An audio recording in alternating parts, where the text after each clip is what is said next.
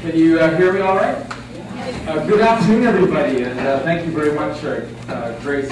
I figure we've got about a half an hour before the insulin kicks in and your blood sugar levels drop, so I'm really happy to the organizers that you put me on first. And barring that, I'm walking on the mic just in case you start to nod off in my presentation.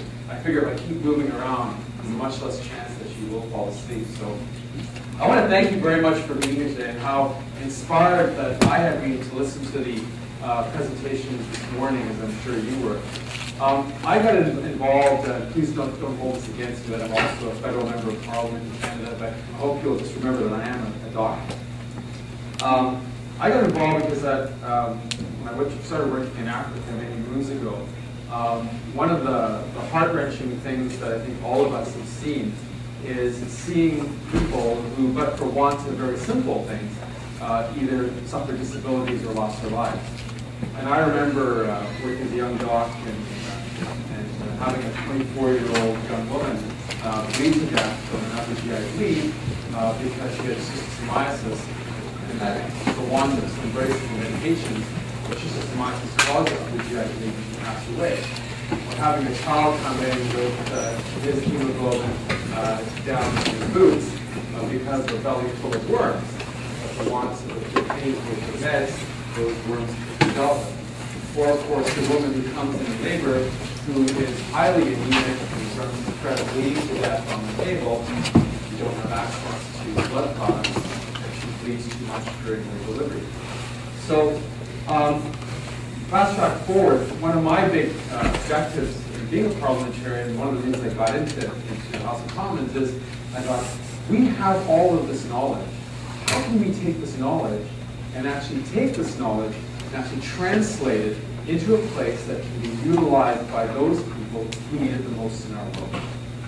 And I firmly believe that our universities are an previously untapped potential to be able to link the extraordinary knowledge that we have in our universities in the West and connect those with institutions in low-income countries directed by them to build and retain their capabilities. I was privileged on the maternal side to chair the pre-G8 Summit drafting committees in 08 and 09 that put together the missive that went to the G8 leaders on maternal and child health. So for want of, I'll end there and start the presentation with a very modest objective of saving 9 million lives a year that we know we can all do, right? Absolutely. I love the positivity. We're going to definitely end this, and we're going to be inspired to save many more lives.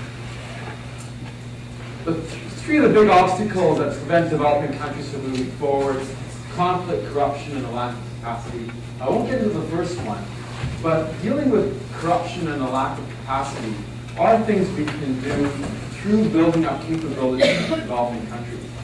And one of the things that struck me so much, as I said before, is that a lot of the countries, whether you're working as in Sierra Leone, and the parliamentarians there said, we have nobody to help manage our ministries.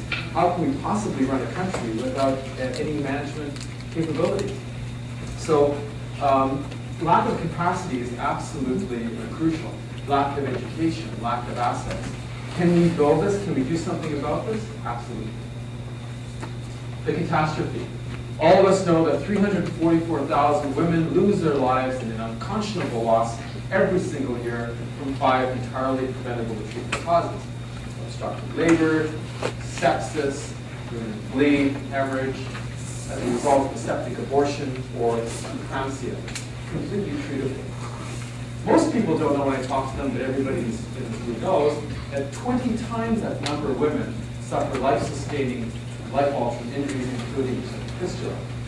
On top of this, of course, we know that 8.8 million children die every year, again, from entirely preventable or treatable causes. The question is, can we link this all up into one unifying place? And I'll argue that there is one place that we can do that. Because all of those bad causes, those major killers, can be treated at one common point, and that is the point of primary health care. Basic primary health care is the common point that we can actually engage in prevention and treatment of the most common illnesses that affect those who are least privileged in our world. Now, I've also argued, all of us here know that in New York right now, the Millennium Development Goal Summit is taking place. And a lot of money has been spent in a number of the MDGs. But does anybody know what is the run to the letter in terms of MDGs investment? Just like a hint. Anybody know? Did you say material health? Absolutely right. MDG 5 is the run to the letter in terms of investment. But I could argue, and I can challenge anybody in this room, that every single one of the MDGs, I can argue, can be affected most positively by Millennium Development Goal 5. There isn't a single one of the MDGs that will not be affected by MDG 5. So isn't it ironic that MDG 5 is actually the most powerful of all the MDGs to affect change, to affect change with all the other MDGs? And the reason is quite simple. We know that if you can take care of a pregnant woman in her time of need, what does it mean? It means you have a trained healthcare worker. It means you have access to basic medications, basic surgical capabilities that you can do a cesarean section. You have access to potable water, some power, possibly transportation. And what can you do if you have that? You can treat 80% of the problems that come to your emergency department. Isn't that amazing? So the common route to treating most of the problems we see, and in fact preventing those problems, right? We want to prevent HIV/AIDS and have the education. The common point is requiring health care, and if we deal with MDG 5, in fact, the chances of a woman having a safe delivery will also treat 80% of what comes through the emergency department, and that is amazing. So how do we actually do this? In Canada, I've started an initiative called the Centers for International Health and Development. I know everybody should know that everybody knows what's going on in the university, right? Everybody knows what everybody else is doing. Well, in Canada, that's not the case.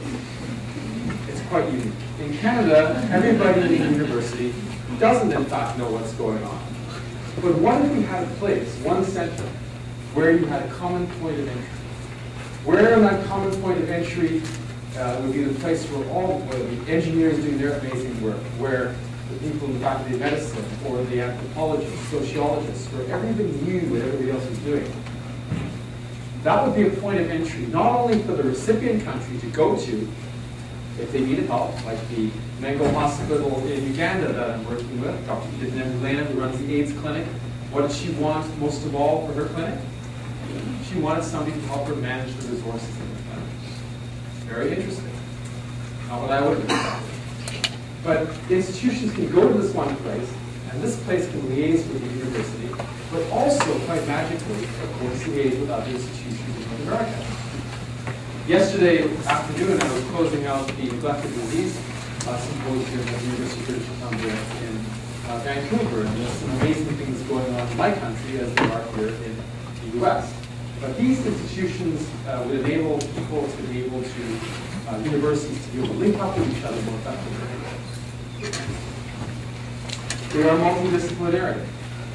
And it would also enable us to work in a collaborative way across capabilities to deal with what we've heard are the challenges that affect the population. And this is, we all know, is new, but I think there's a great chance for us to use these centers to bring in the engineers, the anthropologists, and such. Let me give you an example from the U.S., which I was so impressed with. I do a lot of work, as Grace mentioned, on the environment too, because trying to connect up, make a connection between environmental security and human security. And I was down at National Geographic in Washington earlier this year. The editor is a friend of mine, and in the basement of the National Geographic head offices, there was a display from Stanford University of Design. Who here knows what they've been doing at Stanford University of Design? Isn't it amazing? It is. It rocks, right? Yes, it rocks. I'm the dean. What does Stanford do? Are you from Stanford? I'm the dean of global health, yes. I love it. Go for it. We worked on that very well, didn't we?